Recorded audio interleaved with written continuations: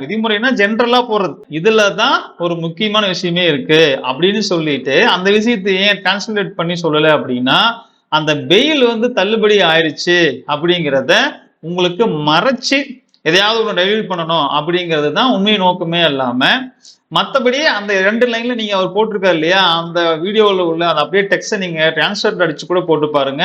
இல்லையா வழக்கறிஞர்கிட்ட யாராவது கூட கேட்டு பாருங்க. அதோட உண்மையான அர்த்தம் என்னன்னா, அதாவது ஒரு சட்டத்துக்கு உட்பட்ட முடிவை கோர்ட் என்ன பண்ணும் எடுக்கும் அப்படிங்கறத தான் அதுல போட்டிருக்காங்க. ஆனா அதை டிரான்ஸ்லேட் பண்ணாம அது ஜெனரல் வேர்டு அதுலதான் ஏதோ முக்கியமான விஷயம் இருக்கு, அதான் நீங்களே படிச்சு தெரிஞ்சுக்கோங்க அப்படின்னு சொல்லிட்டு அத இவன் சொல்றான் அப்படின்னா, இப்ப எல்லாத்தையும் டிரான்ஸ்லேட் பண்ணி சொன்னவன் அதாவது பெயில் தள்ளுபடி ஆயிடுச்சு அப்படிங்கிறத சரி வர அழுத்தம் திருத்தமா சொல்லல. மத்தது எல்லாம் திருப்பி திருப்பி இதை பாருங்க நல்லா கவனிங்க, இதை அப்படி கவனிங்கன்னு சொன்னா வினோத் தபீஸ்ங்கிற கோமாளி இவங்க பெயில் கேன்சல் ஆயிடுச்சு அப்படிங்கிறத எந்த இடத்துலயும் அழுத்தம் திருத்தமா சொல்லல.